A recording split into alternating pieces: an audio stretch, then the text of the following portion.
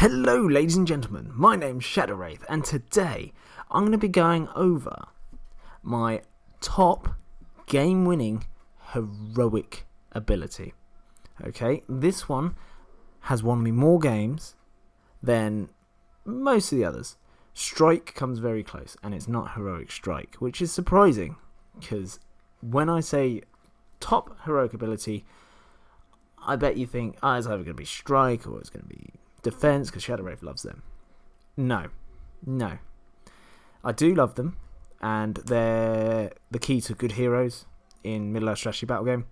But the absolute best heroic ability that I use to win me games is in fact one that I think is highly underused and underrated from what I have seen. I've gone to a fair few events with for middle-earth strategy battle game, and I've not seen many people use it. Okay, bar one. And it's not even one you need a hero for sometimes. Okay, and it's not a heroic move. Okay, not a heroic move. They're obvious. They're too obvious. I'm not going to make a video about heroic move. Okay, we all know what to use for heroic move. Oh no, I want to move first. Heroic move. Oh no, I want to outfight the opponent. Heroic strike. Yeah, no. It is, in fact, heroic march. That's right, the heroic ability that comes with every single captain in the game. Heroic march. Okay, and the reason I say you don't even need a hero sometimes is because a drum does it. So if you've got access to a drum, they're well worth using. I know people use them for Urukai scouts, especially Marauders, because they have an 8-inch move. Absolutely fantastic. But heroic march absolutely has won me the game so many times. And here's how. Okay, my strategy with a lot of my games is, especially when I've got the numbers advantage. So when I run Goblin Town, for example, or any other Horde army, Moria, Lake Town, whatever, heroic march is the one that wins me the game, because I deploy my scary things to one side. So I go for a heavy flank. Okay, so I'll stick my Goblin King. I'll use Goblin Town for example. I'll stick my Goblin King to one flank. Okay, along with a lot of goblins and some of my other heroes, and then I'll just have a maxed out warband of goblins with a captain, and that captain's got one job. Okay, if my opponent has already dedicated a lot of his force, a lot of his killing power to one flank to deal with my scary flank, then I usually will win the game. Usually, okay, I'm not a pro, I'm not a master at all, but this is what I do. You want to try and bait your opponent to deploy a lot of his resources into one flank, thinking, this guy's going to try and fight over here, I'm going to counter him. That's fine. And it works even better if you're deploying first, because you set one down and then they'll try and counter you. And sometimes they will try and keep one flank, like their battle line, steady by putting a few troops or a warband on the other flank. Then, when all my other warbands are down, I'll put my last warband down. And this is assuming I haven't got goblin mercenaries or anything like that. Okay, because they're fantastic on their own, in their own right. But I'm doing it in a generic kind of way. Not everyone has goblin mercenaries. Okay, Moria doesn't. Lake Town doesn't. So, yeah, it's just generic. Gondor don't. What I do is I'll put that warband down, and straight away they're going to heroic march, and their job is to get to the flank of my opponent, and the rest of my army will start maneuvering around, looking aggressive. I'll push forward slightly, stay out of charge range if I can, for him to charge me, especially if I get first turn. If he gets first turn and pushes forward, that's fine. You can see he can't move any further. That's fine. But then it's all about the next turn, and I'm going to heroic march again with that captain. Okay, if I have to heroic move to keep myself out of combat for that turn, I will do that with the rest of my army. But then that last heroic march will then shoot me not to the flank of my opponent, but round up behind him. So I surround one of his flanks, and then another captain will either heroic move, heroic march to meet the front of that flank. And then I've got him in a pincer. One of his flanks is in a pincer.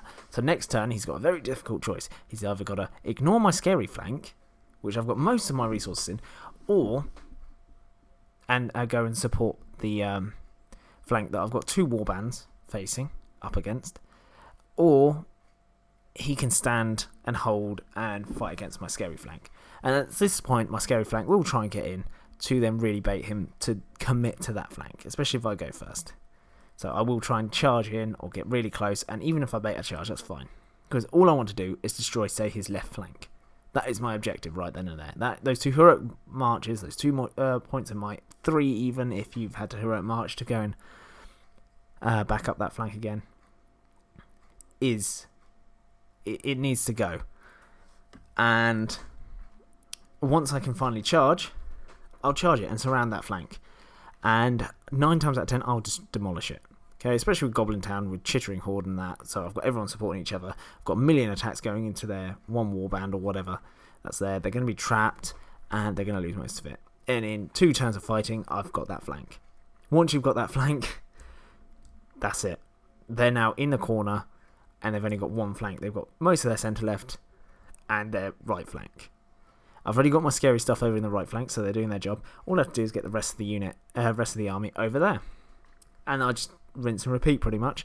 I'll try and heroic march if I've got might or a captain. That can go and help, especially if I've sent a captain in there to support. He'll use his point of might to heroic march to get up round behind the warband I'm engaged with my right flank. And once you've encircled them, that's it. The game is yours. It's easy as that. Heroic march. Okay? You might use a heroic move here and there. Save your strikes on the Goblin King or whatever for in case a big hero charged you. In this game, I did lose my Goblin King. He got his head cut off by Gilglad, which is fine, and I still won the game. Okay? So, it just shows you how powerful it is. It's really solid. And at that point, I mean, we were just going for kill points there. So, whoever killed more models, and they had an advantage because they had less models. So, I had to make the absolute best effort to annihilate as much of his army as I could, as quickly as I could. Force him to break, and then that's it. And by the end of the game, it was literally 2 heroes left for him, and I wasn't broken. Bearing in mind, I did have to run away from those 2 heroes, because those 2 heroes could have soloed my entire army pretty much, and now the Goblin King was dead.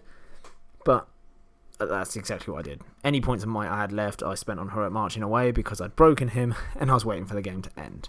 Bit of a cheesy tactic, but it's not a stupid tactic because I wasn't going to win that fight. No way. Even if I've surrounded these 2 heroes, 1-6, and they've got an extra 5 kills. Yeah, no thank you. No thank you. But if you do find yourself in that scenario where it's all down to kill points and you're outnumbered, and I bring this up because it's come up for me a couple of times with my Horde armies, your best strategy, and it sounds mental, is just stab. Everyone stab. Because you're not giving them kill points, because your stab happens before they strike you. And if you kill your own goblin, sure, you lose a goblin, but you're probably going to lose that defense 3 goblin anyway. So rather than giving away a kill point to your opponent, just keep it to yourself.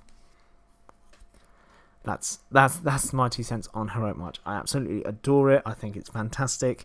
People, you need to use it more. If you've got access to a war drum, use it, because it's even better with cavalry. If you've got cavalry and a war drum, or even Heroic March, you're adding 5 inches to their move, and you can really wrap round people. Absolutely. Okay? Really, really. It's absolutely devastating, especially a fully mounted Rohan list, and you Heroic March, you will surround the enemy pretty much turn 2. And once you've got that, you can either shoot them to death and then charge them when you want. Okay? If it was objective based, it's still good to destroy one of their flanks. I will still do exactly the same thing, less models, and then that flank will either go to support, I'll send half to support the main army, and the rest of them will go and sit on objectives. It just takes 1 or 2 goblins to go sit on an objective. And if he's lost that flank anyway, he's probably not going to try and deal with it, because he's too busy dealing with my right flank. So, that's it. That's one quick tactics video for you that I use. And don't forget to stab. Yeah, never forget to stab. People forget that all the time. Use your special weapon abilities. If you got axes, piercing strike. Okay? Especially if you're fighting things like Aragorn, or if things are going to wound you on 3s anyway. Piercing strike. Why not? Absolutely brilliant. Stab. If you're going to lose that goblin anyway, you might as well stab. Especially if it's for kill points. Okay? Because the chance you win the fight and you're rerolling 1s, it's pretty good. Let's just say I've got 3 goblins in on a troll. I'm probably going to lose that fight. But He's charged 3 goblins. Everyone's going to stab. Anyway, that's everything. If you enjoy these kind of quick tactic videos, do let me know. It's the first one I've done for just really quick tactics, like homing in on one specific thing. Do hit the like button so I know people enjoy it, and I'll do more. If you're feeling especially saintly today, do consider subscribing. But even if you don't do either of those things, I still hope you have an absolutely fantastic day, and I will see you in the next video. Goodbye.